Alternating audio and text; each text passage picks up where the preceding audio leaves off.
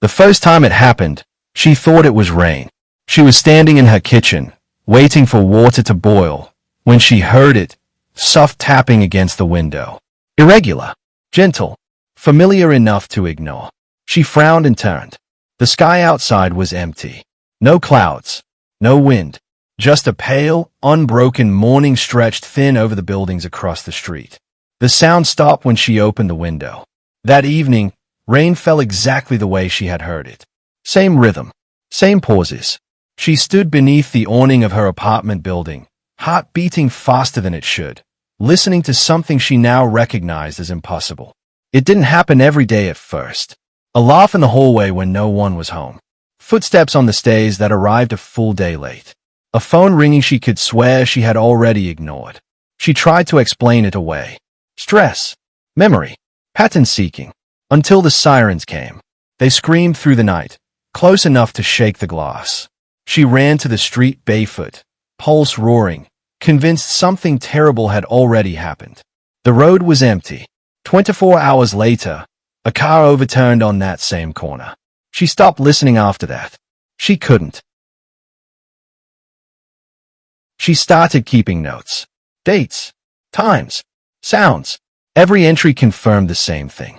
She wasn't hearing the future randomly. She was hearing tomorrow.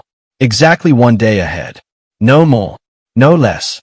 Once she understood the rule, she couldn't ignore it.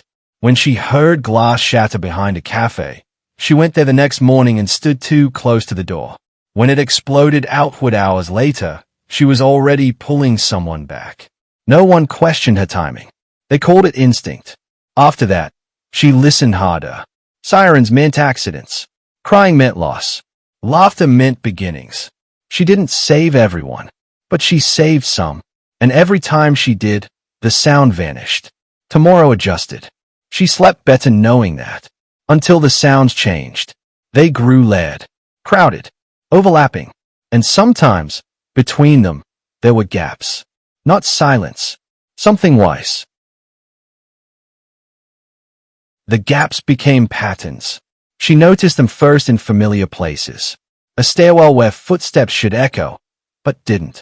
A hospital corridor that sounded unfinished. A park bench that felt acoustically hollow. Each gap preceded something irreversible. A bed unused. A name spoken in past tense. A space the world stopped expecting to be filled. She stopped saving people randomly. She tried to choose. That was worse. Every change pushed the silence elsewhere. Time didn't punish her. It balanced her. The night she heard absence inside her own apartment, she didn't sleep. It wasn't loud. It wasn't dramatic. It was a missing hum. A breath that should have been there tomorrow, and wouldn't be. She followed the silence backward. Not to an event. To a person.